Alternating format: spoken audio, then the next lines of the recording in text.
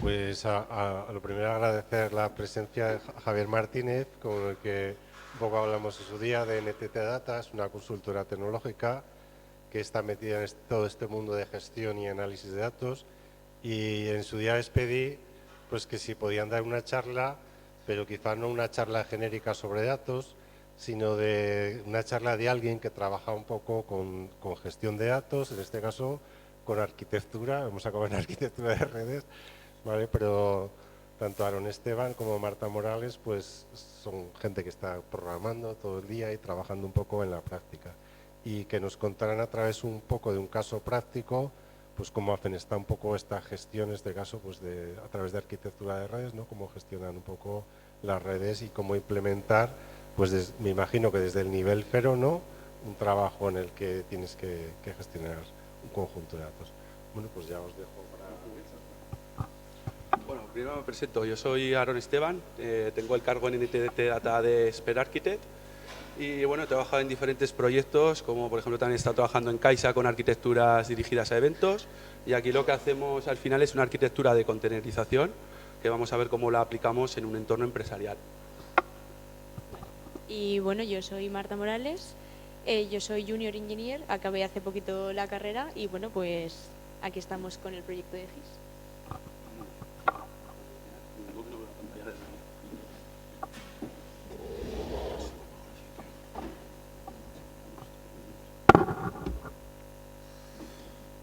Vale, vamos a empezar con el equipo. Vale. ¿Qué es la GIS? La GIS, ¿eh? No, iba por indicar un poco, pero como estoy aquí debajo igual tampoco puedo mucho igual. Sí, o salirnos es otra también. No sé cómo quitar. ¿También? Vale, pues empezamos. ¿Qué es la GIS? La GIS es la Gerencia Informática de la Seguridad Social, ¿vale? La cual lleva liderando la transformación digital de la Seguridad Social desde hace más de 40 años. La transformación del modelo de prestación de servicios del INS administra las prestaciones económicas más importantes de la Seguridad Social. La UTE es la Unión Temporal de Empresas, es decir, nosotros en GIS tenemos varios colaboradores, tanto en NTT Data como Inetun o compañías de Indra, etcétera. Trabajamos todos para intentar ofrecer todos los servicios demandados por el cliente. Vale, ¿qué productos tenemos? Actualmente estamos trabajando con el producto del IMV, el ingreso mínimo vital, que lo habréis visto en anuncios, el autobús este que va por las zonas y todo, dando formaciones y todo esto para cómo solicitarlo, ¿vale? Fue la primera prestación que nos entró en la plataforma y tiene por objeto pues el objeto de prevenir el riesgo de pobreza y exclusión social. Además de IMV también tenemos otros productos, ¿vale? Que al final son pues tenants que van creciendo en nuestra plataforma. Tenemos PSSC, por ejemplo, que es la plataforma de servicios sin certificado. Tenemos ISM, que es el Instituto Social de la Marina, entre otras prestaciones que nos van llegando cada día más, y esto pues lo que provoca es un mayor dimensionamiento del clúster para dar cabida a todas estas nuevas prestaciones. Vamos, la OTA, Oficina Técnica de Arquitectura, es donde estamos trabajando Marta y yo, ¿vale? Y es la responsable de identificar y evolucionar las mejoras de la plataforma, que actualmente está basado en OpenShift. ¿Sabéis lo que es OpenShift? ¿Lo habéis visto alguna vez? Bueno, luego lo comentaremos pues más adelante, no os preocupéis.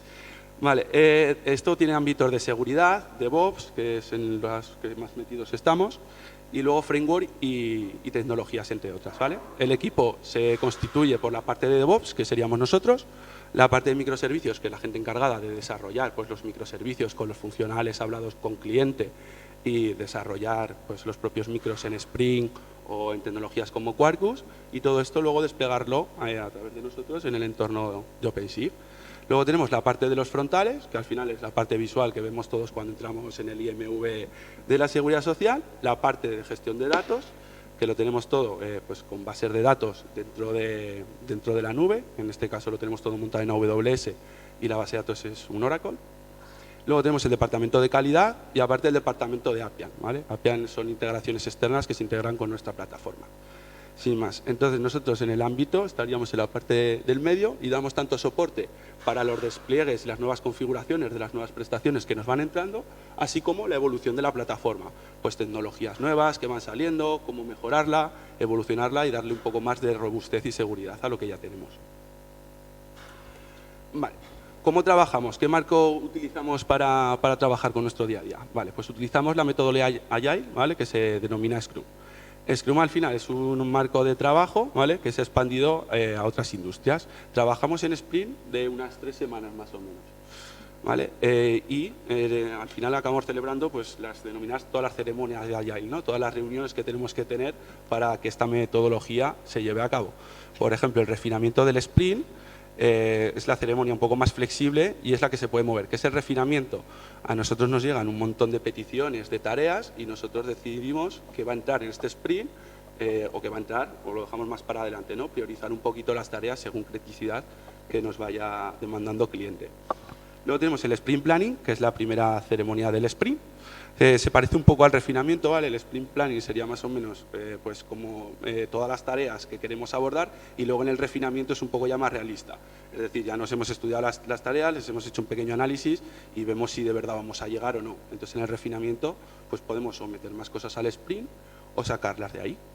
Luego tenemos el Sprint Review, que al final esto es la demo que le hacemos al cliente, conecta gente de la seguridad social, les enseñamos lo que hemos hecho, hacemos unos documentitos para que quede todo por escrito muy bonito y apañado.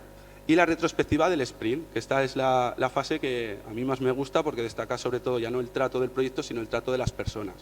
Es decir, cuando terminan las 3 semanas, hacemos una retrospectiva en la que nos preguntan cómo nos hemos sentido, si hemos estado agobiados, hemos sido muy cargados, hemos estado pegándonos de cabezazo con un problema que no hemos podido resolver, todo este tipo de cosas para que pues, nuestros jefes de proyecto o POs pues, entiendan también cómo estamos dentro del proyecto y vean si estamos bien o no.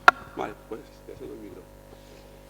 Vale, pues si pasamos al tema de contenedores, no sé muy bien qué es lo que habéis visto o no de tema de arquitectura, ¿vale? Entonces empezaremos a hablar de un poco de Docker, qué son los contenedores, cómo utilizamos las imágenes y demás, y luego pues pasaremos a Kubernetes y un poquito OpenShift, que es lo que nosotros utilizamos en verdad.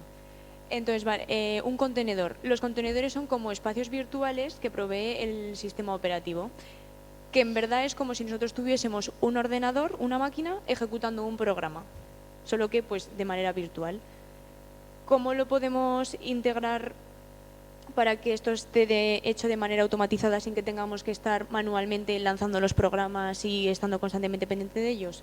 Con, por ejemplo, Docker, un proyecto de código abierto que pues, automatiza el despliegue de las aplicaciones. ¿Cómo lo hacemos? A través de imágenes. Nosotros queremos añadir, por ejemplo, una herramienta, un plugin o lo que sea, buscamos la imagen, la metemos dentro de lo que es Docker, lo subimos y ya nuestra plataforma puede tirar de eso de manera automática. Entonces, lo bueno que tiene esto es que pues, tiene su propia CPU, su memoria, su interfaz de red y son procesos aislados e independientes del sistema operativo de anfitrión y además comparten el kernel. Entonces, puedes lanzar N procesos que todos comparten la misma configuración, por decirlo de alguna manera. Entonces, si teniendo un poquito esta base clara, avanzamos un poco a Kubernetes. Kubernetes lo que nos permite es automatizar la ejecución de las aplicaciones.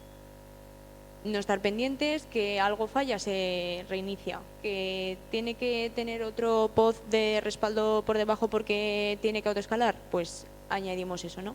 Y nosotros, aparte de utilizar Kubernetes, es como la base de OpenShift. OpenShift es como la plataforma que nosotros utilizamos, que forma parte de lo que sería Red Hat, que no sé si os sonará. Eso.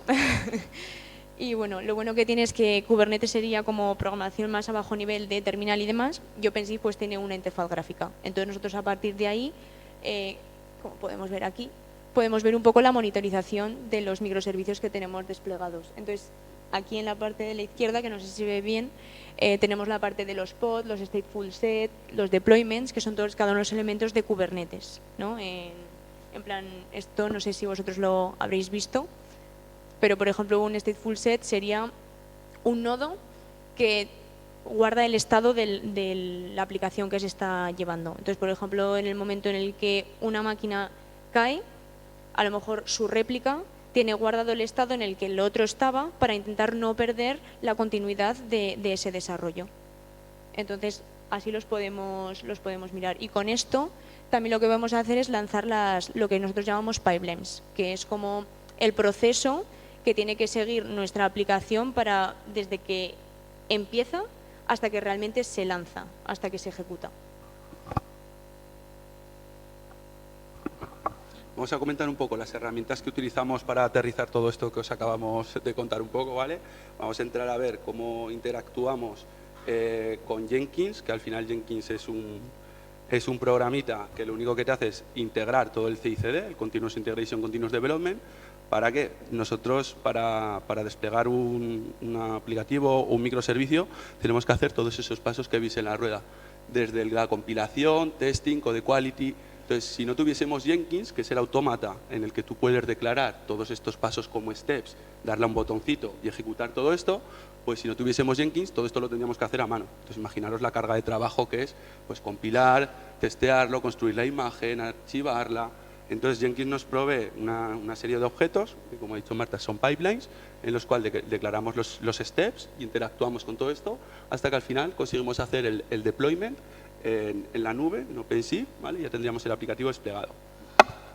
Vale, vamos con las herramientas. Vale, GitLab. GitLab, ¿sabéis lo que es? ¿Sabéis qué es Git? Git es un gestor de código, ¿vale? Es para almacenar tu código y ver toda la trazabilidad de cambios que has ido haciendo y demás. Nosotros utilizamos GitLab, ¿vale? Que está basado en Git, que al final lo que te provee GitLab únicamente es una UI para trabajar con él y puedes trabajar tanto por línea de comandos o por la UI que te propone GitLab. Bitbucket también estaría entre otros y poco más. Lo de subversión y demás ya nos lo nombró, que eso ya es muy viejo.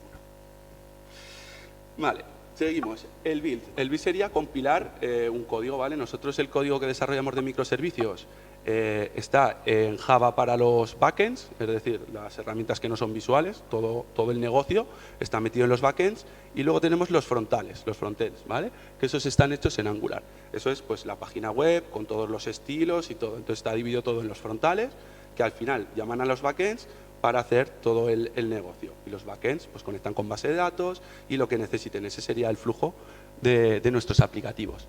Maven. Maven es la herramienta con la que compilamos al final código Java. Es más abierta, ¿vale? Pero principalmente se utiliza para compilar código Java.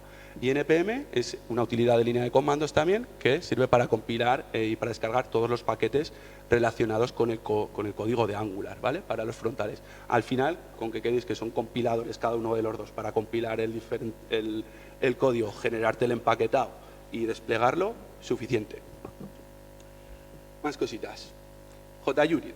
JUnit es un mecanismo, ¿vale? Es un programa que lo utilizamos para hacer test. Entonces nosotros en nuestro código Java, esto es solo JUnit, solo es para Java, ¿vale? Tira de la JVM, que es la Java Virtual Machine. Entonces nosotros lo que hacemos es, en nuestro código para testearlo, hacemos unos test de integración o test funcionales. Entonces cuando compilamos y pasamos los test, vemos si la aplicación ha respondido como queríamos. Entonces esto es importante de mantener. Todos los desarrollos nuevos que vamos haciendo, pues vamos creando test para abarcar el rango más amplio posible de testeo de la aplicación y no encontrarnos sorpresas luego cuando la desplegamos. Vale. Code Quality and Security. Aquí utilizamos Key1, ¿vale? Es una herramienta de análisis estático de código que está basada en la nube, en el software as a service. Esto al final lo que te hace es evaluar la calidad del código. Es decir, si tengo una brecha de seguridad porque he programado mal, si he cogido y he puesto condicionales redundantes o cosas de este estilo, ¿vale? Al final, Key1 es el que nos provee la seguridad social para analizarlo ellos. Ellos crean sus reglas para ver si el código pasa o no pasa, un 80%, un 90% con estas reglas. Y entonces, si no se cumple el código, pues el aplicativo no despliega. Y hay que revisar el código, mejorarlo y volver a desplegar. Es pues eso, para evaluar un poco el código. Internamente nosotros utilizamos otro, que lo veremos más adelante, que es SonarQube, ¿vale? Es de la misma empresa que Nexus. Al final uno es para nosotros, para hacerle un primer barrido antes de desplegar en local, y el otro es ya pues para decirle a la seguridad social, mira, esto tiene buena pinta, ¿no? Esto está yendo bien. Vale. Archive Artifact. Al final nosotros por seguridad, cada compilado que generamos, bien sea de los frontales o de los backends, lo que hacemos es almacenarlo en un repositorio para tener todos esos compilados en un único sitio y pues ante fallas de seguridad o que se cae el clúster o cualquier cosa de este tipo, pues tenemos todo almacenado para poder recuperarlo si fuese necesario. Esto es un poco redundante porque también veremos más adelante que también almacenamos las imágenes, que la imagen al final es una imagen como de Docker, como ha dicho Marta, la cual ya lleva el compilado dentro. Entonces esto es una capa un poco redundante, pero bueno, siempre no está de más ponerla. Al final está bien tener los artefactos por separado. Vale, build config. Al final tú para construir una imagen con tu compilado dentro, nosotros utilizamos los build configs, que son objetos que nos provee OpenShift para realizar toda esta integración con Jenkins. Vale. Vamos a ver un ejemplito, ¿vale? Así veis algo de código. Haríamos aquí, por ejemplo, este build config que hace. Esto al final lo que está haciendo es irse a un repositorio de GitLab, que hemos visto antes, donde tenemos nosotros nuestro código fuente. Nos vamos a la rama de desarrollo, porque nosotros en el código de Git podemos tener múltiples ramas, cada uno con su código, para interactuar con los diferentes entornos lógicos. Y lo único que hace al final es autenticarse y generar una imagen partiendo de un archivo que llamamos Jenkins File. En este Jenkins File es donde tenemos toda la declaración de la pipeline con todos los steps que hemos comentado antes. Entonces, cuando nosotros ejecutamos este build config, al final lo que hace es hacer una llamada a Jenkins, el cual tira todos estos steps y al final consigue desplegar el aplicativo en el ecosistema de OpenShift. Más cositas. Claire. Claire es una herramienta para monitorizar la seguridad de las imágenes. Es decir, aparte de ver la seguridad que tenemos a nivel de código, también evaluamos la seguridad de las imágenes. Diréis, ¿por qué? Si ya he evaluado el código y la imagen contiene el código, ¿para qué lo quiero evaluar? Bien, esto es porque al final, tú cuando creas una imagen siempre tiras de una imagen base. Es decir, nosotros no creamos imágenes de cero con una JDK, todo eso nos lo provee OpenShift. Entonces, si yo necesito una imagen de Java para desplegar mi artefacto, pues yo lo que hago es basarme en una imagen ya hecha. ¿Qué pasa? Que los hackers sacan vulnerabilidades día tras día tras día. Entonces, esas vulnerabilidades nosotros no las tenemos a nivel de nuestra configuración, pero sí a nivel de las imágenes base que utilizamos. Entonces, lo que hacemos en estos casos pues es cuando tiene un montón de vulnerabilidades la plataforma, pues hacemos una auditoría de seguridad y evolucionamos dichas imágenes con las nuevas correcciones que van sacando y correcciones de vulnerabilidades para hacer que todo esté en un entorno más seguro. Vale. OpenShift Registry es el registry para la gestión de imágenes. Todas las imágenes que construimos en el Image Build, al final nosotros las archivamos dentro de OpenShift. Sin más, también hay otros como podría ser Harbor, que está basado en la nube, o Quay, que te viene con la licencia de OpenShift++. Vale. Y por último ya vendría el deployment. ¿Cómo hacemos el deployment? El deployment lo hacemos con una herramienta, ¿vale? Con un gestor de paquetes de Kubernetes que se llama Helm. ¿Qué provee esto? Nosotros, aparte de tener el código fuente, nosotros para desplegar algo en OpenShift o en Kubernetes necesitamos una serie de configuraciones. Si va a ser un stateful set, como ha dicho antes Marta, si va a ser un deployment, si necesitamos crear un secret porque tenemos credenciales que luego vamos a usar en el microservicio.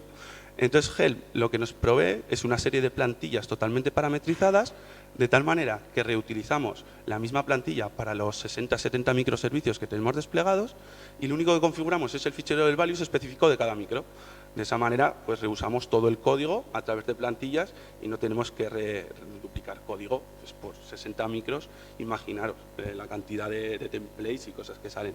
Sería absurdo y una volumetría inmensa. Vale, si hablamos un poco de cómo trabajamos nosotros en realidad y cómo gestionamos un poco GitLab y cómo presentamos todo al cliente, pues nosotros trabajamos con 3 entornos de desarrollo. El primero de desarrollo es el que nosotros trabajamos y donde nosotros incluimos el código desde el principio. El entorno de preproducción en el que ese código está un tiempo como a modo de testeo para ver si funciona correctamente, no tiene ningún bug o hay algún hilo que se nos ha escapado. Y luego está el entorno de producción, que es el que ya el cliente ve, el que ya sería el entorno final, ¿no? Entonces, antes teníamos un modelo de branching en el que cada desarrollador trabajaba sobre su rama future. Entonces, aquí cada desarrollador hacía lo que es su tarea y conforme su tarea terminaba, esta rama se eliminaba. Cuando terminaba su tarea, lo que hacen todos los desarrolladores es aplicar el código sobre la rama master y todos trabajábamos sobre la misma.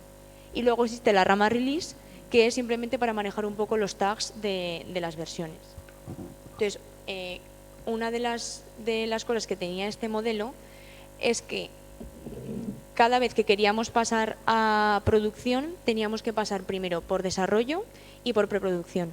Entonces, lo bueno que tiene la inmutabilidad del código, que sabes que para pasar a producción siempre ha pasado por un entorno de desarrollo y por un entorno de preproducción en el que ha pasado unas pruebas. ¿Cuál es el problema? Que si llegas a lo mejor a preproducción o a producción y encuentras un fallo, tienes que volver a empezar desde el principio. Tienes que volver a ir a desarrollo, volver a desplegar, volver a pasar por el entorno de preproducción y demás. Entonces, dado esto, hemos cambiado a otro modelo de branching, que sería el modelo de Git Flow, en el que cada una de las ramas haría como referencia a cada uno de los entornos. Entonces nosotros tendríamos en la rama Develop, en la que nosotros trabajamos el entorno de desarrollo.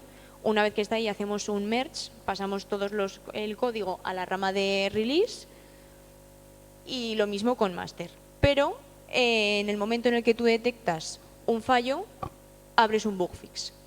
Un bug fix es te haces otra rama en el que tú estás intentando solventar el error que tú acabas de detectar y una vez que lo tienes, lo vuelves a añadir donde te habías quedado. Entonces, como pros, tiene que puede solventar estos pequeños problemas en un momento, en un periodo corto de tiempo, pero tenemos que ser conscientes de que todos los cambios que se hagan en estos bug fix y hotfix tienes que hacer un reverse merge, es decir, te los tienes que llevar otra vez a la rama de desarrollo para que alguien que siga con sus tareas no te machaque el código. Entonces hay que tener como una consistencia de todas las ramas y hay que ser consciente de dónde estás metiendo todo el rato para no pisar el trabajo de los demás. Vale, pues como ha comentado antes mi compañero Aaron, este sería lo que sería el ciclo de vida de la pipeline, de lo que sería el ciclo de lo que es el proceso de ejecución, pero faltaban por comentar lo que sería el git tag y el release app, que es donde se gestionan los tags en el caso del git tag sería donde se gestionan las versiones de las plantillas que nosotros utilizamos de configuración para todos los micros, y luego el release app lo mismo pero con las imágenes. Y el update POM es lo que se actualiza para gestionar todo lo que hemos comentado anteriormente de las ramas. O sea, cuando nosotros trabajamos en la rama Develop, tenemos una nomenclatura que es Snapshot. Entonces sabemos que todo lo que tenga esa nomenclatura se ha gestionado en el entorno de desarrollo y que por tanto está todavía en pruebas. Cuando nosotros lanzamos una pipeline, lo que hace es aumentar la versión del patch en una unidad. Entonces se aumenta en los artefactos, en las imágenes y en los charts, que en este caso son las plantillas. El patch es el último numerito. Sí. Si veis ahí las 3X, sería mayor, minor y patch. ¿Vale? Esto es para la gestión de versiones. Al final lo que intentamos es automatizar todo en la medida de lo posible para que la gente no tenga que tocar versiones a mano y no haya riesgo a fallos. Si está todo automatizado, todo mejor. Así no hay fallo humano posible. Eso es.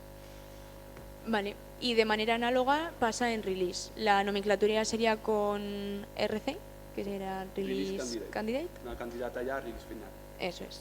Y lo único que aquí, pues en vez de cambiar lo que es el patch, cambia la minor. Y a tener en cuenta que, claro, aquí como podemos realizar los bug fix, pues en el caso de que se actualicen, lo que se actualizaría sería el patch y no la minor. Entonces es un poco para tener el control de las versiones que vamos teniendo y lo que se va tocando. Y luego el versionado en la rama master, que sería ya el entorno de producción, no habría nomenclatura, o sea, como la coletilla, ¿no?, de Snapshot y RC, sino que se pasa lo que es el versionado de la rama de release, del entorno de preproducción, y ya pasaríamos a entorno final. Vale, ciclo de vida, rolling deployment. ¿Cómo hacemos los despliegues en producción sin que haya pérdida de servicio para el cliente? O sea, nosotros tenemos desplegado un microservicio, yo quiero subir algo de código, ¿cómo subo ese código sin quitar la aplicación y volverla a poner para no generar pérdida de servicio? Vale, pues Kubernetes te provee de unos mecanismos, ¿vale? Este, por ejemplo, es el que nosotros utilizamos, que es el rolling deployment. ¿Qué hace el rolling deployment? Imaginaos que yo tengo en el entorno de producción, ¿vale?, 3 pods del microservicio de expedientes. Vale, lo que haría el rolling deployment es, si yo vuelvo a desplegar el microservicio de expedientes, me asegura que se van sustituyendo las réplicas una a una sin generarme downtime. ¿Qué significa? Tengo las 3 réplicas desplegadas, lanzo la pipe, desplegará el primer pod y matará el primero que había, desplegará otro y matará el segundo que había, y así siempre generamos la alta disponibilidad. En ningún momento el microservicio, en este caso de expediente que estamos hablando, se ha quitado de la plataforma. Entonces está conviviendo durante un corto periodo de tiempo lo viejo con lo nuevo.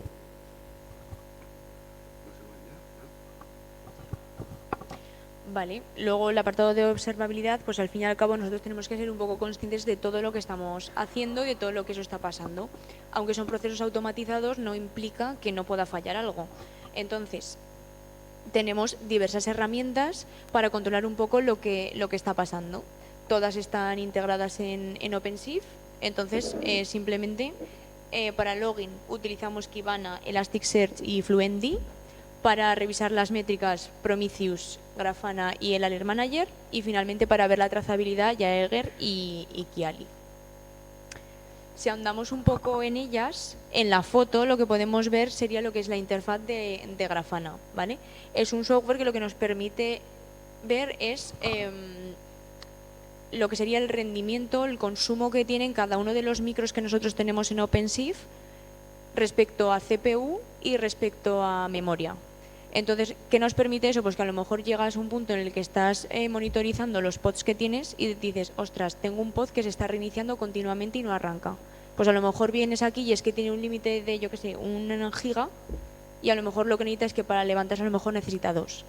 Entonces nos sirve para ver si de verdad estamos consumiendo lo que necesitamos, si nos excedemos o si no llegamos.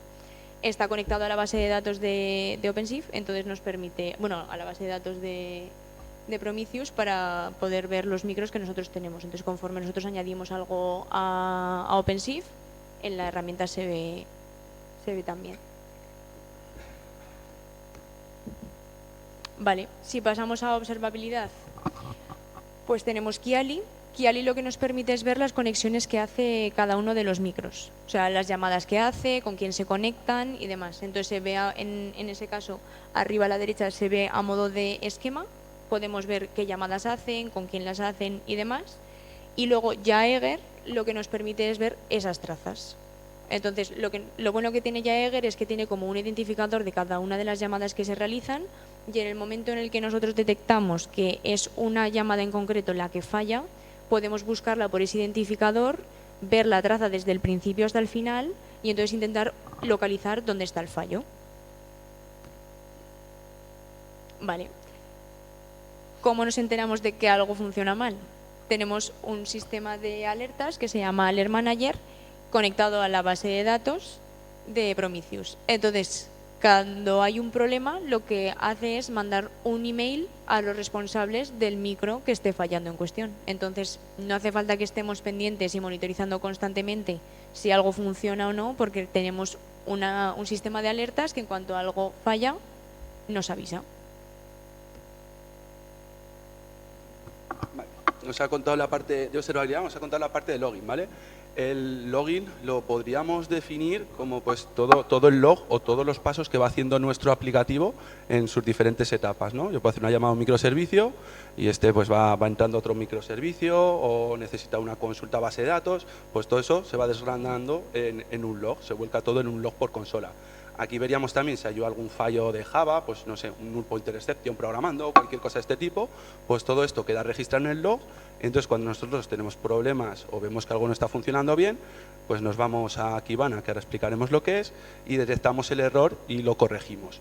O, por ejemplo, también para ver lo que más lo solemos usar es, hay veces que nos expiran los certificados para conectarnos con servicios externos, pues eso no tenemos categorizados ni cuando caducan todos los certificados, esto nos enteramos cuando buenamente nos pasa, ¿no? Entonces, pues para esto utilizamos todo este sistema de login.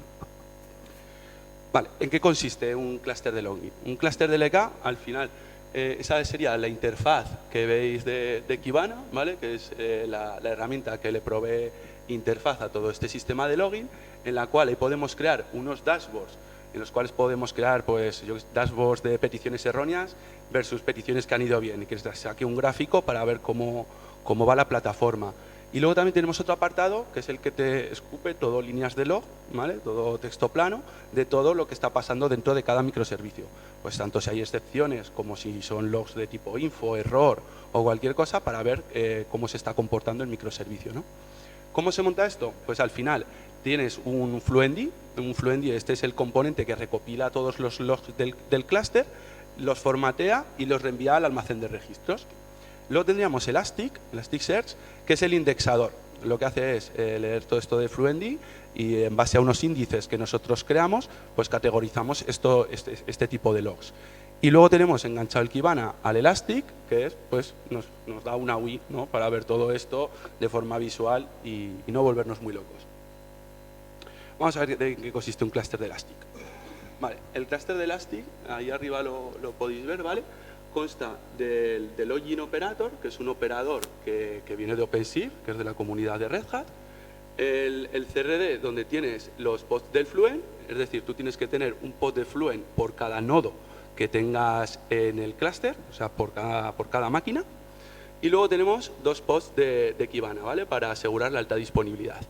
Y luego tendríamos los pods del Elastic, ¿vale?, que por defecto pues vienen 3 y me parece que cada uno eran 16 GB de RAM. Vale. Aquí abajo vemos cómo interactúa todo un poco, ¿no? Es decir, nosotros tenemos 2 nodos, pues entonces tenemos que tener en cada nodo 2 pods de Fluent. Si tuviésemos 3 nodos, pues 3, así sumando, ¿no? Entonces aquí todos los micros lo que harían sería ingestar a través de una herramienta que se llama Logback todo en el Fluentd. Luego lo engancharíamos con el Elastic, que es aquí donde lo indexamos y categorizamos como queremos que se muestren los registros.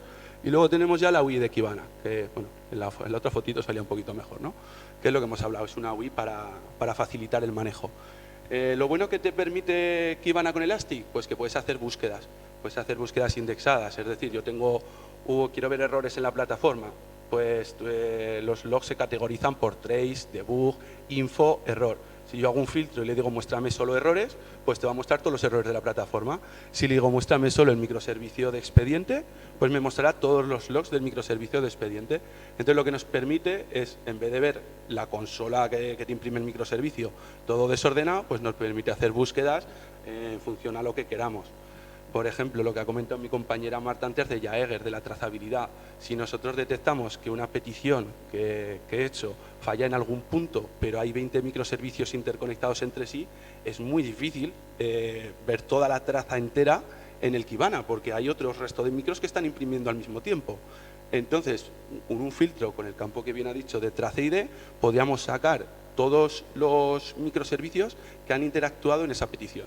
Entonces, de esta forma podemos tener una trazabilidad y una resolución de errores bastante buena. Seguridad. Vale, ¿cómo implementamos la seguridad en OpenShift y en GIS?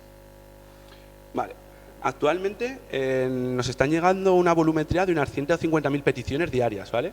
No he sacado la cuenta de cuánto es por segundo, pero era bastante menor a 30 peticiones por segundo, que es para lo que está diseñado aguantar nuestra plataforma, ¿vale? No va a haber más de 30 ciudadanos por segundo solicitando el IMV. Y si lo hubiese, pues como OpenShift puede escalar horizontalmente lo que queramos, todo es cuestión de darle más recursos y todo escalaría y llegaríamos pues a límites más altos. Las pruebas de rendimiento más fuertes que hemos hecho, hemos llegado a las 60 peticiones por segundo, ¿vale?, escalando el clúster. Entonces, este punto no nos preocupa en absoluto, o sea, como si viene lo que venga. Todo es cuestión de más pasta y más máquinas en Amazon, más recursos y a seguir. Vale, también veremos Istio. ¿Qué es Istio? Istio es la Service Mesh, es decir, es una malla de servicios. Esto lo que hace es interconectar todos los microservicios que tenemos en OpenShift y proveerlos de seguridad. Cómo interactúan entre ellos, si hay cifrado de mutual TLS entre los micros o no, y este tipo de cositas. También tenemos un objeto, ¿vale?, de Kubernetes que se llama HPA. Esto lo hemos puesto aquí porque lo vamos a ver a continuación, no pinta mucho, pero bueno. El HPA, ¿qué hace? Es el Horizontal Pod Autoscaler. Como os he dicho, nosotros tenemos la plataforma diseñada para una volumetría, pero tenemos algunos microservicios que son core que pueden recibir mucha volumetría de repente, como por ejemplo puede ser el microservicio de seguridad, que es todo el mundo ataca el microservicio de seguridad para coger un token y autenticarse a la plataforma. ¿Qué hace el HPA? Escalar horizontalmente. Tú le defines unos límites de memoria y de CPU, 60, 70%, lo que queráis. En cuanto el sistema detecta que se supera ese porcentaje, te levanta más pods de forma automática. Entonces la plataforma va escalando sola hasta el límite de recursos que tengas en el clúster o hasta el límite que hayas definido en el objeto del HPA. Por defecto creo que tenemos 2 de mínimo y 15 de máximo de réplicas. Vale. Y Keycloak. Keycloak es nuestro single sign-on, ¿vale? Es como nos autenticamos nosotros en la plataforma. No utilizamos autenticación como tal de usuario password, pero sí que necesitamos que nos provea un token JWT para pasar todas las barreras de seguridad que tenemos con Istio. ¿Vale? Al final todo funciona a través de token. Podemos tener APIs que estén securizadas a través de token o algunas que no. Por ejemplo, el microservicio de seguridad, que es el encargado en darte los tokens, no tiene sentido que le tengas que enviar un token si lo que quieres es que te dé uno, ¿no? Entonces, bueno, pues vamos jugando con este tipo de cosas para ver las APIs que están securizadas y las que no. ¿Cómo hacemos la gestión de la seguridad? ¿Vale? Nosotros tendríamos el punto de entrada que entraríamos por Istio, ¿vale? A través de los proxies y todo que está montado por encima, y llegaríamos al micro de seguridad. Este micro de seguridad es el que decimos que tiene el SPA configurado para, en función de la volumetría que va entrando, ir escalando de POZ 1, POZ 2, POZ K hasta los que sean, ¿vale? Y al final lo que haría sería conectar con el clúster de Keycloak, que es el encargado de devolvernos ese token JWT para poder navegar a través de los microservicios de la plataforma. ¿Cómo encaja todo esto o cómo lo tenemos diseñado en GIS? Nosotros tendríamos el portal del ciudadano, que es al que podemos acceder todo el mundo. Este portal es público, está publicado en Internet. Y al final lo que tenemos es un proxy, y aquí ya entraría en juego Istio, en el cual tenemos el gateway de entrada, ¿vale? Este gateway es público, por eso mismo, porque está publicado a Internet, y al final lo único que hace es enrutar a través de servicios virtuales, que es lo que te provee Istio como malla de servicios, al servicio interno que tú has creado de Kubernetes. Entonces, en estos virtual service es donde tú puedes hacer la diferenciación de qué quieres securizar, bueno, más que securizar, qué quieres enrutar a dónde. Es decir, si yo tengo que tener, si yo quiero entrar por un servicio que tengo que tener Internet, pues por ejemplo le pondríamos un /public para definir que ese virtual service va a estar publicado hacia afuera. O en el caso del microservicio, por ejemplo, de seguridad, ¿vale? Que también entraría por este private gateway, pues esto no tiene acceso a Internet. Es decir, esto tienes que estar dentro del ecosistema de OpenShift o dentro de la red de la seguridad social. Aquí, por ejemplo, tenemos montado también el portal de los funcionarios. Es decir, la web que utilizan los funcionarios para manejar todo el IMV no puedes hacer a Internet. O sea, no es que no tengas usuario y password, es que no hay conexión. Entonces tienes que estar dentro de la red de la seguridad social para poder conectarte. Pues todo esto lo hacemos con la diferenciación entre público y privado. Luego tenemos otro que al final actuaría más o menos igual que el público, ¿vale? Que es para publicar otras APIs a Internet. Lo hemos diferenciado más que nada por tener un poco organizado lo que son los frontales y el resto de APIs, y al final lo único que haces es enrutar, ¿vale? A través de los virtual service al microservicio que toque. Seguridad, expediente, ciudadano, el que sea. Esto al final es todo enrutado. ¿Cómo funciona Istio? ¿Cómo funciona Istio por dentro? Vale. Ahí tenemos un diagrama, está la Service Mesh y tendremos el control panel, ¿vale? El control plane, que se encarga de gestionar pues todas estas comunicaciones. Tenemos el tráfico de entrada a la Mesh, el cual denominamos ingress, y el tráfico de salida, el cual llamaremos egress. Vale. Nosotros tenemos la Mesh y tenemos 3 microservicios desplegados, pero ¿cómo conectan estos microservicios entre sí? Nosotros tenemos un micro el cual puede tener 1, 3 o n réplicas, como hemos visto. Pero aparte del contenedor, como ha comentado antes Marta con Docker, el cual contiene nuestro aplicativo, aparte tenemos otro contenedor más que monta Istio, ¿vale? Lo inyectamos a través de una anotación, el cual nos provee toda la seguridad y hace posible las comunicaciones. Si os dais cuenta, el micro 1 no se conecta al micro 2 directamente, sino que sale al contenedor del HA proxy que te provee Istio, y es el contenedor del proxy el que conecta con el otro proxy y me vuelve a enrutar hacia el contenedor del aplicativo, ¿vale? Entonces todo esto, la seguridad que tenemos montada aquí, con los filtros que ponemos en los proxies, autorización policies o diferentes objetos, pues nos dan una robustez de seguridad bastante buena dentro de la plataforma. Luego, aparte, los microservicios también están conectados a través de Mutual TLS, es decir, cifrado. Vale, vamos a ver con esta. Este es el flujo de autenticación que utilizamos en la plataforma, ¿vale? Desde que entramos por un frontal de ciudadanos hasta que llegamos a un micro. Todos los pasos que damos a través de la Mesh y cómo avanzamos en toda la seguridad que tenemos en la plataforma. ¿Qué haríamos? Nosotros entramos por el frontal, que es el imvsexsocial.es, podéis entrar cuando queráis. Al final entras a un gateway público, el cual te está enrutando a través de un virtual service, pasa una autorización policy, que en el autorización policy lo que le dices es qué endpoints de mi API están securizados con token y cuáles no. En este caso estamos accediendo al servicio de seguridad, como hemos dicho antes, está todo desecurizado, porque ¿para qué quiero, si me estás dando un token, para qué me pides token, no? Entonces pido el token a Keycloak, en Keycloak tenemos diferenciación de las diferentes prestaciones, es decir, si yo pido un token para mi aplicación de IMV, no voy a poder acceder a una aplicación de PSSC o del Instituto Nacional de la Marina. Pido token, me devuelve token y vuelvo al frontal. Aquí ya llamaría al micro en cuestión X, ciudadano, expediente, el que queráis, entra a través del otro gateway, enruta a través de un BFF. Un BFF al final es un API Manager, es un punto único de entrada. Todo pasa siempre por el BFF para tener registrado todo. ¿Qué hace el BFF? Redirecciones. Simplemente tú desde el frontal le dices BFF barra ciudadano barra tal y él al final es suficientemente inteligente como para enrutarte al microservicio de turno. Pasa una authorización policy para ver si al micro que estoy intentando acceder necesito token o no.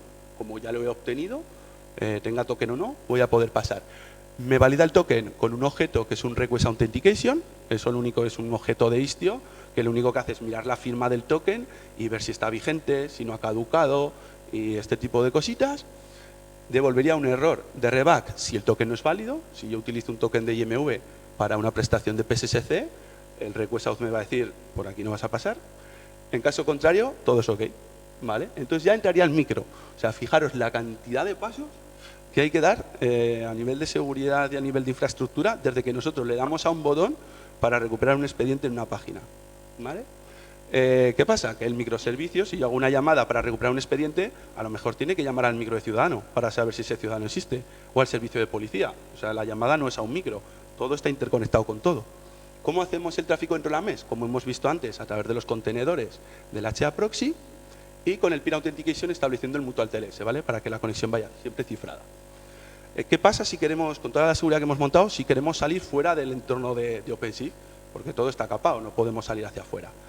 Vale, pues Istio te provee unos tipos de objetos que son los Service Entry, en el cual tú le puedes decir si ese endpoint al que tú quieres atacar está dentro o fuera de la MES.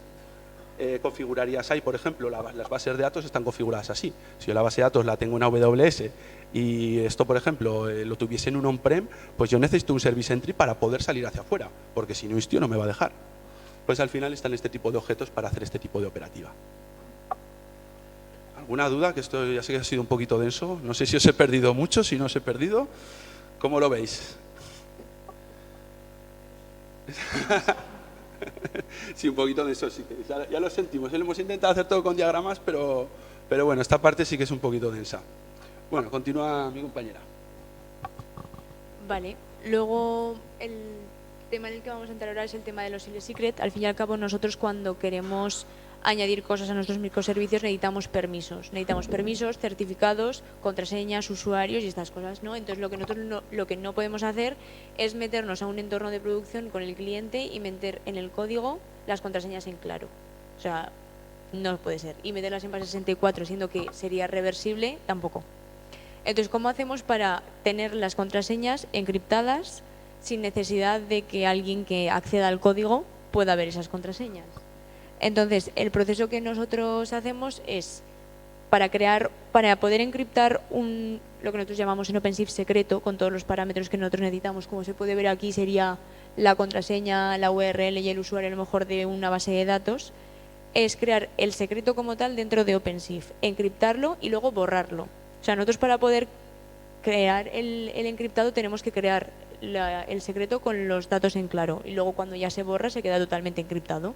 Entonces, lo creamos, lo recuperamos mediante terminal con una serie de comandos de OpenShift y lo encriptamos con una herramienta que se llama Kubesil. Entonces, nosotros lo que tenemos en OpenShift son los Sile Secret.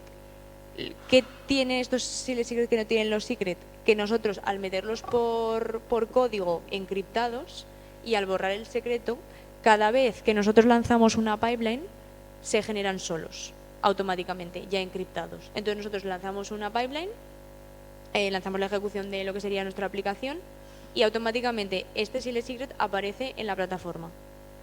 Que ese secreto se borra en la plataforma, no pasa nada, está en el código. Que este secreto se borra en el código, no pasa nada, está en la plataforma. Cuando se vuelva a lanzar, se va a volver a generar. Entonces, aunque haya error humano por nuestra parte, no va a haber fallo, porque se genera solo automáticamente cada vez que se ejecuta la aplicación. Y lo mismo con los certificados. Entiendo que sabéis lo que son los certificados, ¿no? ¿Sí? Bueno, los certificados son unos informes, unos ficheros informáticos que vienen firmados por una autoridad certificadora con su respectiva cadena de confianza. Entonces sabemos que ese informe está firmado por alguien que es de nuestra confianza y que es de fiar. Entonces, nosotros necesitamos, por ejemplo, añadir el certificado de Appian. Entonces, ¿cómo lo añadimos? Lo añadimos exactamente igual que como hacemos con los secretos tal cual, pero tenemos un almacén de certificados. Entonces, nosotros lo que creamos es una Trustor de certificados que añadimos con la herramienta de Portecle. Entonces, nosotros añadimos, volcamos ahí los certificados que necesitamos para desplegar un micro, se guardan con unas credenciales que tú añades en ese momento y se cifra. O sea, igual que en el anterior caso, se sube, en este caso, en formato JKS, lo puedes guardar en OpenShift, lo recuperas, lo encriptas con QBSeal y lo vuelves a añadir al código. Luego vuelves a borrar el secreto y demás. Y luego tú con estas credenciales le dices cómo tiene que desencriptarlo en el código. Y lo mismo que antes, si lo borras se recupera, si lo perdemos y volvemos a lanzarlos tenemos otra vez en el código.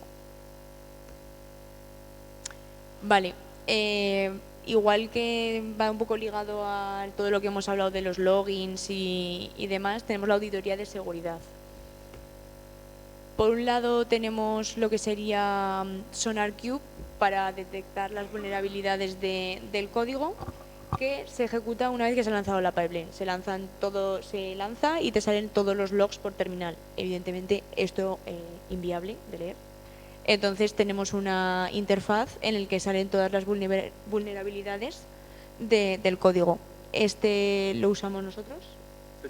Exacto. Que no lo requiere seguridad social, pero nosotros lo utilizamos de manera previa para asegurarnos un poco que el código está bien y es lo suficientemente seguro y legible. Y luego utilizamos Keyone, que sí que es el que seguridad social nos hace pasar a un poco análisis, y lo mismo, se ejecuta cuando se lanza la pipeline y lo único que para activar este procedimiento lo único que tenemos que hacer es en el Jenkins file, que es donde estaba toda la configuración automática de la aplicación, indicar que queremos utilizar Keyone y demás. Se lanza y conforme aparecen los logs se actualiza la UI y ya podemos visualizar todo igual que con Sonar. Vale, y del mismo modo con Claire hacemos el análisis de las imágenes. Se lanzan, lo único que Claire no tiene lo que es interfaz gráfica, entonces no nos queda otra que leer por terminal cada una de las vulnerabilidades que saca, pero bueno, son muy claras y muy específicas, entonces dentro de lo que cabe es bastante legible, ¿no? Que digamos. Vale. Bueno, pues hasta aquí os hemos contado un poco, ¿vale?, cómo sería una arquitectura de microservicios, ¿no? Pero aparte de la arquitectura de microservicios, no son las únicas arquitecturas que podemos elegir, ¿no?, en un entorno empresarial. Entonces, también hay otro tipo de arquitecturas que son Event-Driven Architecture, dirigidas a eventos, ¿no? En este caso, nosotros utilizamos esto para la auditoría de GIS, la auditoría no de seguridad, sino la de ciudadano. Es decir, nosotros registramos todo y cada uno de los pasos que hace un ciudadano, para si viene pues una inspección o cualquier cosa, pues tener todo registrado y eso, que no les metan un multazo millonario, que lo tendremos que pagar todos. Entonces, nosotros para esto utilizamos Kafka, ¿vale? Vale. Introducción. ¿Qué es Kafka? ¿Vale? Nosotros utilizamos Kafka con el operador de Stringy, ¿vale?, que es el operador que nos ofrece la comunidad para poder utilizar este tipo de arquitecturas, y al final es una plataforma distribuida, ¿vale?, que permite publicar, consumir y procesar registros, información, datos, al fin y al cabo, pero sobre todo en tiempo real, que esta es la parte importante de ver. Por ejemplo, un ejemplo muy claro, ¿vale?, para que entendáis para qué sirven estas arquitecturas EDA. Por ejemplo, cuando trabajaba en Caixa, nosotros montamos toda la EDA para hacer que todo esto fuese en tiempo real. ¿Qué pasaba antes? Tú te ibas a sacar dinero a un cajero y de repente te lo encontrabas roto. Y decías, hostia, si tengo una aplicación del móvil, le busco al más cercano, ¿por qué no me dice que está roto? ¿Por qué pasaba antes? Pues que todo eso se actualizaba con batch nocturnos. Había procesos que se ejecutaban por la noche, recopilaban toda la información de lo que está roto, lo que no está roto, cómo están las cosas, y te actualizaban la aplicación móvil, ¿no? pero ¿qué pasa? Que esto no es en tiempo real, o sea, yo voy a un cajero y me lo encuentro roto. Pues se propuso montar toda esta arquitectura EDA para hacer todo esto en tiempo real. Cajero que se rompe, envía un evento, la aplicación móvil, la aplicación de internet o lo que sea, consume ese evento, detecta que está roto y te lo comunica, ¿vale? Entonces, para esto sirven un poco las arquitecturas EDA, para hacer trabajo o manejo de datos en tiempo real. ¿Vale? Problemática de una arquitectura que no sea EDA, pues desarrollar, mantener y evolucionar es complicado y costoso. Cuando tenemos múltiples fuentes de datos y múltiples consumidores de datos, pues esto crece exponencialmente y es bastante complejo de manejar, ¿no? Aquí vemos que el consumidor está leyendo de esa base de datos, de esa otra, de esta, un poco todo un lío, ¿no? Interconectar todo. ¿Vale? ¿Qué nos propone Kafka? ¿Vale? Pues como vemos, tendríamos nuestras 3 fuentes de datos, pero aquí en medio ya nos aparece Kafka, ¿no? Nuestra arquitectura de eventos. Y aquí tendríamos los diferentes consumidores.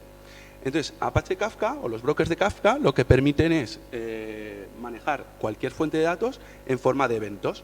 ¿Qué es un evento? Pues un mensaje, bien sea en formato de cadena de texto o bien en JSON o en cualquier otro tipo de formato, ¿vale? Y los inyecta en un almacén de Kafka propio, el cual tiene persistencia.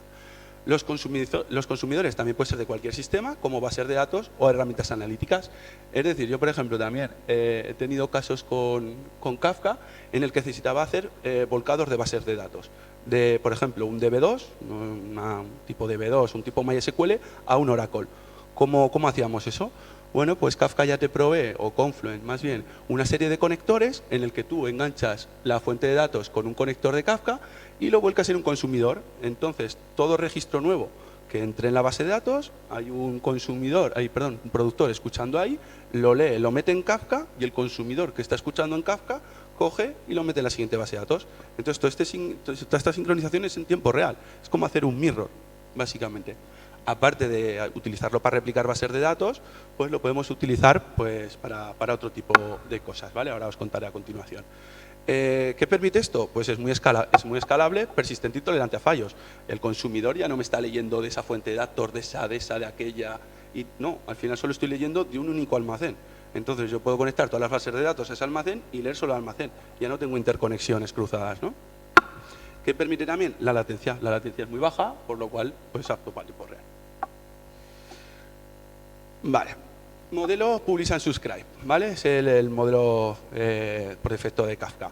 Es un sistema de eventos distribuidos, el cual hace un push, es decir, un suscriptor recibe un evento, el pull es un suscriptor pregunta si hay evento, y luego un híbrido, ¿vale? Que un suscriptor recibe la información, pero debe solicitar el evento. Aquí veríamos el topic, es el almacén, donde hemos dicho que almacenamos todos los datos en Kafka, y aquí veríamos los diferentes productores y los diferentes consumidores. Antes teníamos fuentes de datos, pues ahora lo llamamos productores y consumidores, para entrar un poco más en la nomenclatura técnica de Kafka, ¿vale? Vale. ¿Qué son los brokers? Ahí veríais más o menos lo que es un ecosistema de Kafka, ¿vale? En el cual tendríamos 3 brokers, solo uno de ellos es el líder y es el que gestiona a los otros 2. En caso de perder un líder, pues mediante algoritmos de round robin se elige otro y sustituye al que ha caído y aseguramos la alta disponibilidad. Por eso tenemos 3. Si tuviésemos solo un broker y que ese broker, adiós toda la arquitectura. Entonces siempre tenemos los clústeres escalados así para asegurar la alta disponibilidad y que nunca perdemos eventos. Tendríamos los publicadores o los publish y los subscribes, porque he dicho productores y consumidores. No me salía. ¿Qué hace al final? Enrutar los mensajes. Todos los mensajes que lleva, él sabe cuál está suscrito o no a ese topic y al final los brokers lo que hacen es de intermediario. Está conectado con este, te lo doy, me lo pides, tómalo, tal, tiquitaca. Sin más. Vale. La visión general, pues más de lo que hemos hablado. Al final es publicar y suscribir a flujos de eventos, pueden ser diferenciados, o sea, quiero decir, podemos tener una arquitectura EDA para todas las prestaciones y hacer diferenciación, pues el IMV va a tener estos topics con estos usuarios, luego voy a tener otra de PSSC, la cual no puede ver los topics, es decir, montamos una arquitectura y enganchamos todas las prestaciones aquí, no montamos una arquitectura por cada prestación, sino esto sería matar moscas a cañonazos, ¿no?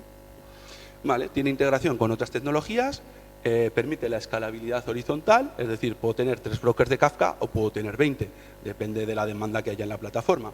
Y tiene persistencia, es decir, en caso de que haya una falla en el clúster de la EDA y caiga todo, pues siempre se almacena todo en un disco físico, ¿no? Para poder recuperar pues todos los datos cuando el clúster lo volvamos a levantar. Vale, hasta aquí una pequeña introducción. Espero no haberos aburrido mucho, ¿eh? Vamos a ver cómo encaja esto en GIS. Va. Vale, caso de uso. Nosotros esto lo utilizamos, como hemos mencionado anteriormente, ¿vale? Para la auditoría de ciudadanos, para prevenir pues, si viene una inspección, pues que no les caigan multas y todo este tipo de cosas. Ya también hemos comentado, tenemos el operador de Stringy sobre OpenShift y aquí veríamos cuál es el clúster que monta Stringy por defecto, ¿vale? No te monta solo los brokers de Kafka, sino que es un poquito más complejo, ¿no?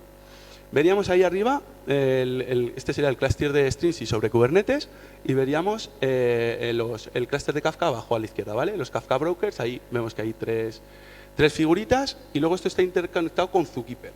Zookeeper al final lo que hace es un orquestador. Lo único que hace es orquestar los Kafka y decirle a cada uno qué y cómo tiene que interactuar. Esto es lo mismo que Kubernetes hace sobre Docker. Al final es un orquestador para intentar manejar todo este tipo de arquitecturas. Luego también tenemos un pod que se levanta, que es el Entity Operator, que esto al final lo que mueve son todos los usuarios que yo creo en Kafka o las access lists para dar determinados permisos a determinados usuarios sobre determinados topics y todas estas cosas. Todo eso va gestionado con el Entity Operator. Vale. Luego tenemos también el Cluster Operator, que serían los Kafka Custom Resource, que es decir, cuántas instancias de Kafka tengo, cuánta CPU le doy, cuánta memoria, todo esto lo gestiona ese otro. Y luego tendríamos el Topic Operator, que es el encargado pues, de manejar todos los topics, de crearlos, cuántas particiones tiene cada topic, etcétera. ¿Vale? Todo esto, todos esos 3 pods que están en azul, son necesarios porque el operador de OpenShift ya te da una interfaz gráfica para crear todo pues eso, de forma visible y que no tengas que hacer nada por línea de comandos. Entonces estos son los pods que reciben pues, todas las peticiones de la interfaz gráfica, lo traducen a comando y hacen la configuración pertinente en Kafka. ¿Cómo tenemos configurado la autorización? Vale, nosotros actualmente tenemos configurado un One-Way SSL, es decir, necesitamos certificar que me está viniendo de un origen conocido, lo que ha comentado antes Marta con los certificados. Luego tenemos los listeners sin autenticación, es decir, no tenemos ni autenticación ni ACLs. Diréis, ¿por qué? Esto no puede ser seguro. Bueno, pues la seguridad que se le da a Kafka es que está totalmente aislado. No tiene conexión a Internet y está totalmente en una caja negra metido dentro de la plataforma. Entonces es imposible acceder a Kafka al no ser que estés ya dentro de la plataforma. Entonces, ¿para qué queremos autenticarlo? Al final es echarnos un poco más de piedras en nuestro tejado, ¿no? Si ya está en una caja cerrada, ¿para qué más? Las access lists de momento no se utilizan, pero si entran nuevas prestaciones, pues lo que hemos hablado, cada prestación tiene que poder acceder solo a sus recursos, no a los de las otras, igual que hemos comentado antes con los tokens y este tipo de cosas. Pues todo esto lo haríamos con las access lists. Y luego también tenemos una herramienta, ¿vale? Se llama HQ, que es para la observabilidad, es decir, pues para ver el estado de los topics, el estado de los consumidores, si hay algún fallo, si hay lag, cómo está el clúster, el contenido incluso de los topics, puedes leer hasta los mensajes que están llegando. Todo este tipo de cosas para no hacerlo por línea de comandos, ¿no? De una forma un poquito más visible. Vamos a aterrizar un poco el caso de uso, va. Vale. Aquí veríamos en gris, arriba del todo, el clúster de OpenShift, ¿vale? En el cual tenemos los namespace. Los namespace son como proyectos, ¿vale? Son como cajitas, las cuales contienen pues X aplicativos o X operadores o lo que sea. Entonces son como cajas cerradas que nosotros interconectamos pues a través de la malla de servicios que hemos visto con Istio. Vale. Aquí tendríamos, por ejemplo, en el namespace del impuesto mínimo vital y el de Kafka. Aquí tendríamos el microservicio de ciudadano, el cual tiene el HPA que puede escalar de 3 a 15 réplicas, depende de pues, los ciudadanos que entren a la plataforma. ¿Qué haría? Pues por cada paso que se haga en el microservicio de ciudadano, en cada método que entre de código, en cada llamada, todo genera al final un JSON, un fichero JSON, el cual va a acabar en Kafka. ¿Cómo lo hace? Con un productor. A la vez que se levanta el micro, levanta un productor, el cual recoge toda la información de la trazabilidad que va haciendo el ciudadano y te lo envía en un evento a Kafka, en este caso al topic de ciudadano, el cual está configurado con una partición y 3 réplicas. La partición sería el estado físico ¿vale? Donde nosotros tenemos el mensaje. Las particiones a su vez se dividen en segmentos. Nosotros podemos tener una o n particiones, dependiendo del caso de uso. Si, por ejemplo, queremos hacer diferenciación, pues lo que sé, a nivel de clave-valor, pues podemos tener particiones en las que podamos tener una clave y otra partición en la que tengamos otra clave. De esa manera podemos consumir de forma ordenada. Si no tenemos clave, ¿qué hacemos? Meter todo en una partición. Entonces, al final, no lo lees de forma ordenada, lo lees de forma en la que te está llegando. Vale, y las 3 réplicas. ¿Por qué 3 réplicas? Porque tenemos 3 brokers de Kafka. No podemos replicar si no tenemos más brokers, porque al final todo replica en los brokers de Kafka. Si tuviésemos 5 brokers, pues podemos poner 5 réplicas. ¿Qué asegura esto? Pues que si se me cae el controlador de la partición, los datos están replicados en los otros 2 brokers, lo cual cuando enganche el otro controlador va a ser capaz de recuperarse y de continuar donde lo ha dejado. Luego tenemos también, levantamos con Kafka Streams un consumidor de Ciudadano, el cual lo único que hace es leer la información que acaba de pintar ahí, y un productor de rastros que nos lo envía a otro topic. Diréis, ¿por qué si estoy produciendo ahí, si al final lo que quiero hacer es producir ahí, ¿no? O sea, ¿para qué hago este cambio? Bien, porque una vez las trazas nos llegan tal cual se producen, pero luego nosotros tenemos que evaluar esas trazas y ver si son válidas o no. Si nos falta la IP de la que proviene, si nos falta un dominio, si nos falta el DNI porque no se ha perdido por el camino. Entonces ahí le hacemos todo ese análisis de datos para ver que las trazas estén correctas y luego ya las enviamos a otro topic, el cual tiene 10 particiones y 3 réplicas. Porque diréis, ¿y este por qué tiene 10? Vale. Aquí tendríamos enganchado el microservicio de rastros. Si os fijáis, también tiene 10 réplicas. ¿Qué hace esto? Yo no puedo consumir... o sea, un consumidor puede consumir, una partición puede ser consumida por un consumidor, no por n. O sea, no puedo enganchar múltiples consumidores a una partición.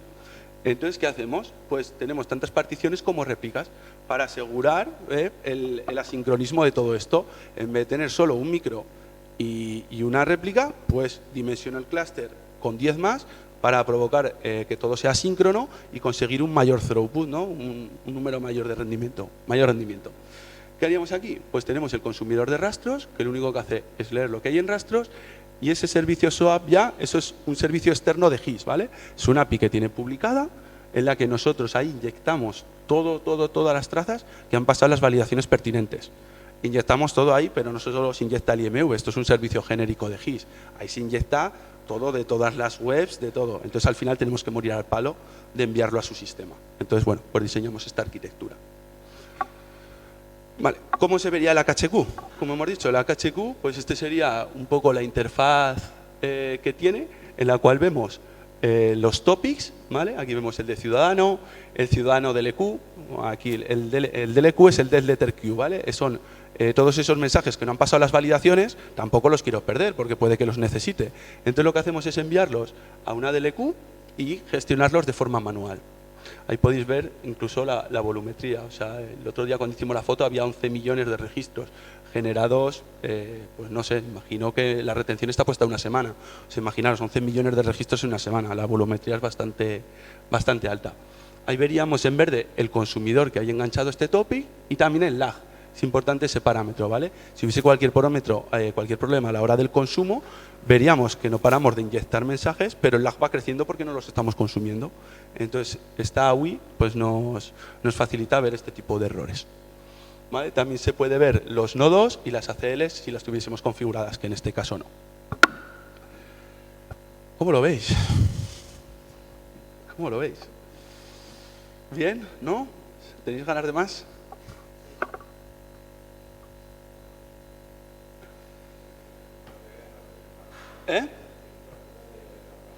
Por eso, a ver, tenemos otro apartado más, ¿vale? Preparado, que sería cómo estamos evolucionando todo el tema del IAM para conseguir más rendimiento. Lo que queráis, si queréis lo vemos, si no paramos y hacemos rondita de preguntas. ¿Cómo os sentís? Contadme.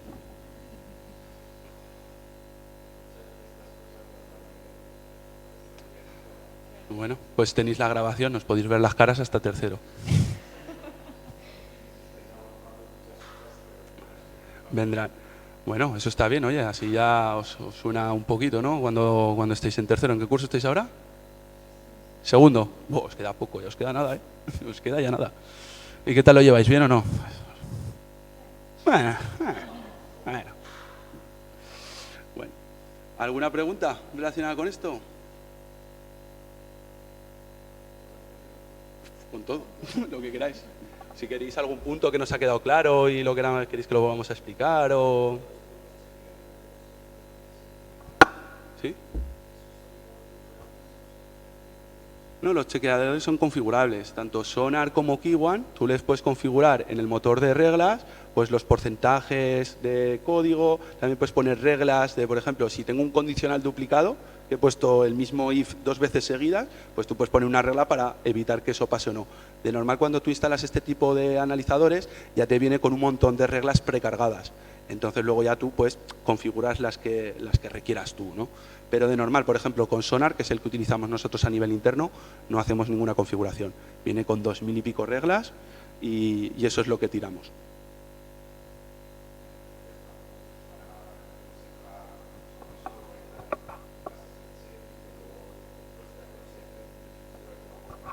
Eso es.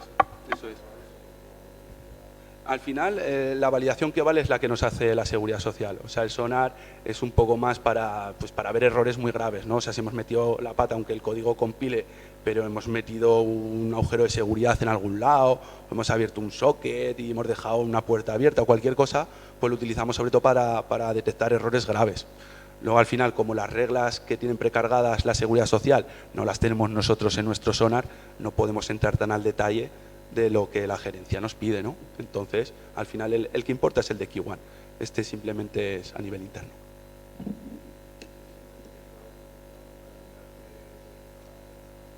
No, en tiempo de ejecución no, se hace todo en compilación. Una vez ya está compilado el código y desplegado, ya no se hace ningún tipo de auditoría de seguridad. Todo es en tiempo de despliegue. Todo es en tiempo de despliegue. Si quiere automatizar, esto lo tenemos además en el sprint que viene o en el siguiente, no me acuerdo cuál es, generación de informes automáticos de todo esto, tanto de imágenes, bueno, de código no, de imágenes más que nada, ¿vale? Porque el código al final es el mismo. Si te pasa el Sonar una vez, el código es inmutable, no ha cambiado una vez desplegado, pero la imagen sí, porque los hackers han podido encontrar vulnerabilidades en esa versión. Entonces lo que queremos hacer es un job que se ejecute una vez a la semana sobre todas las imágenes de la plataforma y nos envíe un mail detallado de la situación de las vulnerabilidades y no hacerlo manualmente, que es como lo estamos realizando actualmente.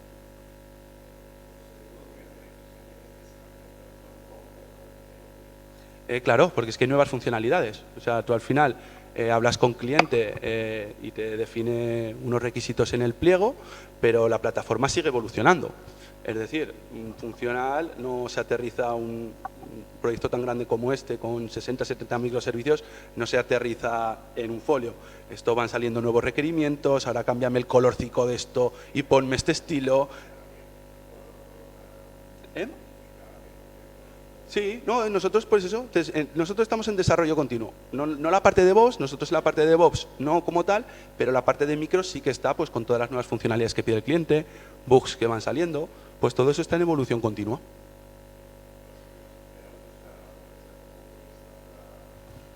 No, al final es más, yo por ejemplo, si ponemos el frontal del IMV y yo qué sé, pues ahora por ejemplo me dice, pues quiero que la barra de la izquierda sea de otro color. Y esto te lo puede pedir cliente, pues porque han cambiado los colores de su logo o cualquier cosa y quieren cambiar la página. Pues eso pues nos entra una nueva tarea, no a nosotros sino al equipo de micros, y ese funcional lo tienen que hacer, probarlo en desarrollo, probarlo en preproducción, se le enseña al cliente y lo llevamos a producción. Entonces siempre está en evolución continua.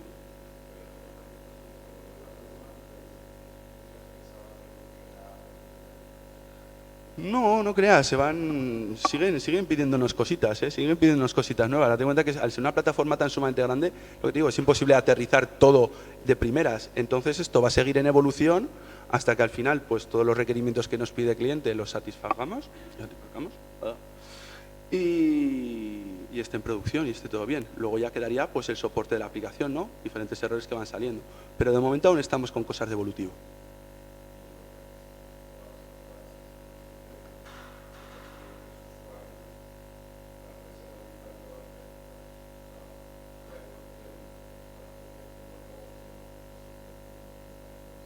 Sí, bueno, eso nos lo detecta como con la monitorización con el Alert Manager. Nosotros al final, en el Alert Manager, tú lo que dices es como si fuese un sonar de código. Tú defines unas reglas que le dices, ningún microservicio puede estar por encima del 70% de CPU o del 90% de CPU. Entonces, ¿qué pasa? Que cuando detecta que un microservicio se ha pasado, te llega una alerta al mail y te dice, cuidadito, que estás al límite. Entonces, pues podemos tomar acciones. De todas maneras, en los componentes que son más core, ya tenemos, como hemos dicho, el HPA para que escalen automáticamente y no encontrarnos todos los días con este tipo de alertas. Preguntad, lo que quieras. Estamos a poco. No sé si han entrado.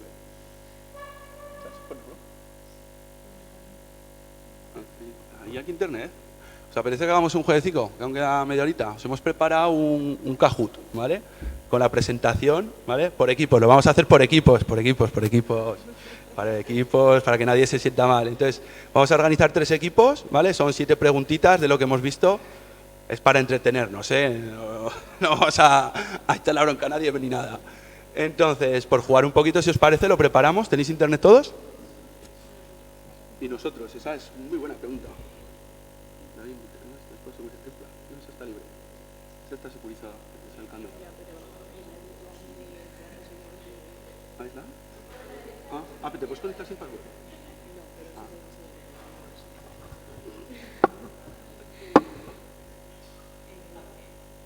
Conéctate conmigo. ¿Sí? Sí. Comparto datos.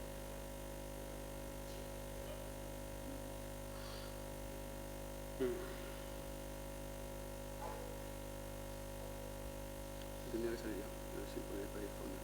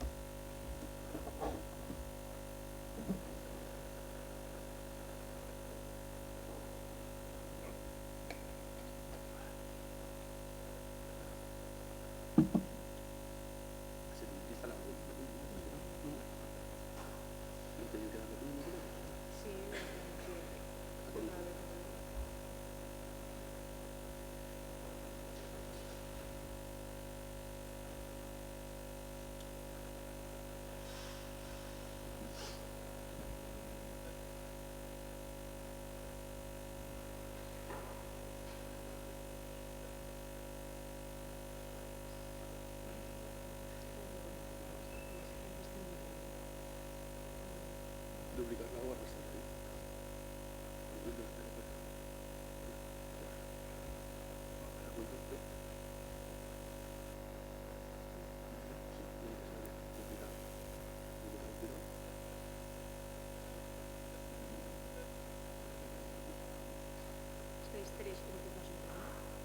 Os habéis puesto por 3 grupos, organizaros por 3 grupos como queráis, ¿eh? Esto ya a vuestra elección.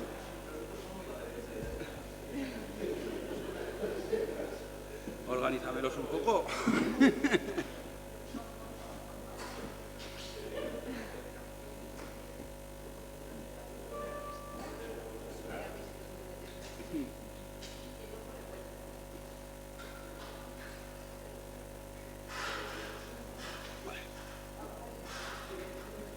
Solo vais a poder estar 3 participantes, ¿vale? Lo cual con un móvil los 3. Tenéis que estar con un móvil cada grupo con un móvil.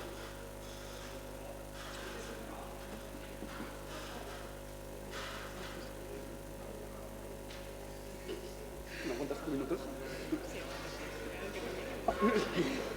Es que no sé cómo, ¿sabes?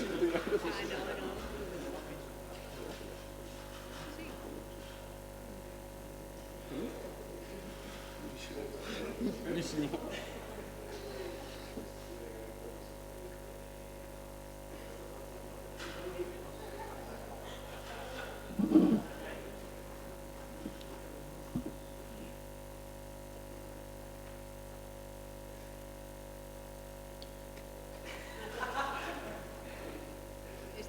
¿Estamos todos, no?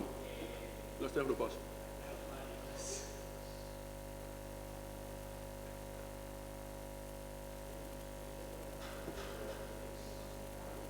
¿Habéis entrado o no? No. Pero si estabais 3. Dale atrás, a ver. Espera, que falta uno, creo, de entrar. Un segundo. Vamos a poner. Ya habéis leído la primera, eso no vale.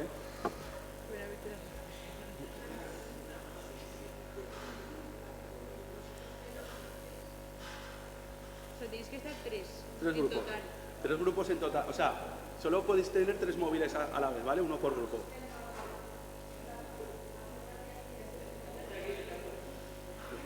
Pues tenéis que volver a entrar, chicos. Tenéis que volver a entrar con el otro pin, ¿vale? Hemos tenido que volver a reiniciarlo.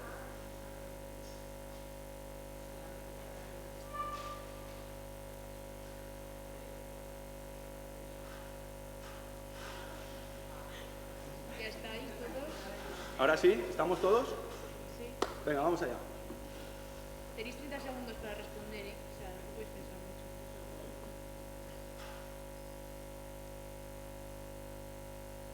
Cuenta la rapidez, ¿eh? Con la que respondéis, no Sí, solo es acertar. verdad.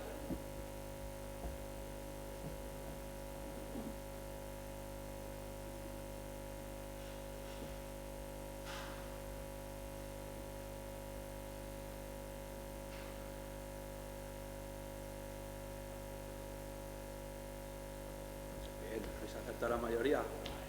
Bueno, memoria tenéis, era la primera PPT de las primeras, o sea, no estaba nada mal.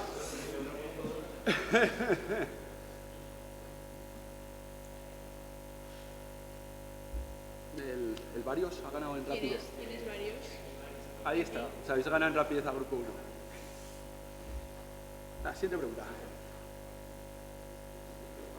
Pruebas. Una palabra clave, ¿eh? Esta pregunta.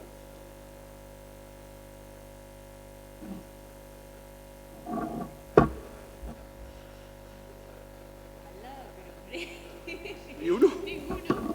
No, es JUnit. Con JUnit hacemos las pruebas de caja negra, caja blanca, todo. Eso es. Estos son los test que hemos comentado que ejecutábamos cada vez que hacíamos un micro, pues todos los test que picábamos a nivel tanto de integración como funcionales.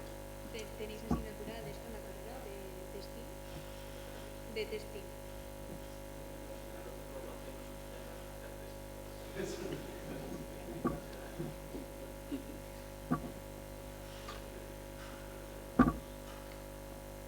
Inmutable.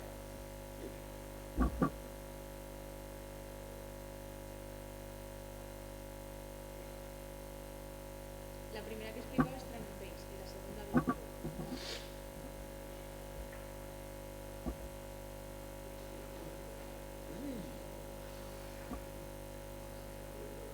A ver, bien aceptado.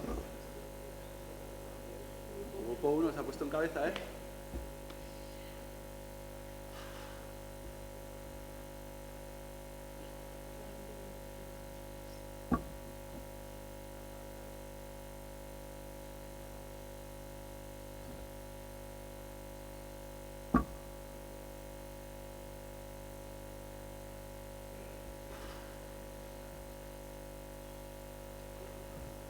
Está alerta. No era trampa.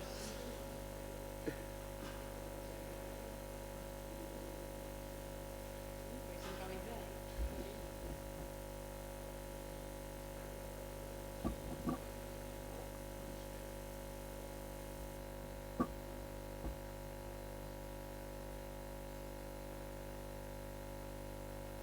Bien, a la mayoría.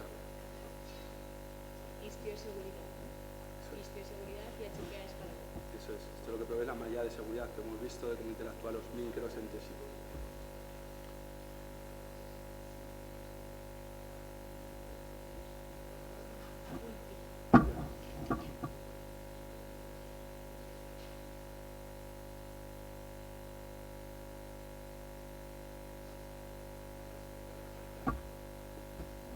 Ahí está. Por tecla era para crear las JKS y meter los certificados dentro, pero la herramienta de cifrado al final es QBSIL. Tú puedes cifrar un secreto, una JKS, puedes cifrar lo que quieras, pero al final la herramienta es QBSIL. Vamos a ver quién ha ganado. En el podio entráis todos, ¿eh?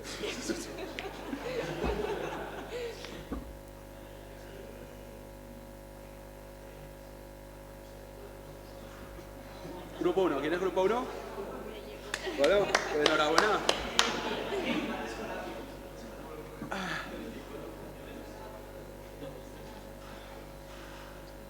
Bueno, ¿qué os ha parecido pues la charla? Muy densa, entretenida, y todas las que nos hemos contado. O sea, hemos intentado simplificarlo bastante, porque al final no tenemos muy claro tanto el nivel ni que habéis visto en la carrera. Hemos intentado hacerlo genérico, o sea, imaginaros todo lo que hay por detrás que nos hemos dejado en el tintero. O sea, es un proyecto muy, muy grande, con alta demanda y bastante exigencia, y nos consume mucho tiempo, ni por lo menos.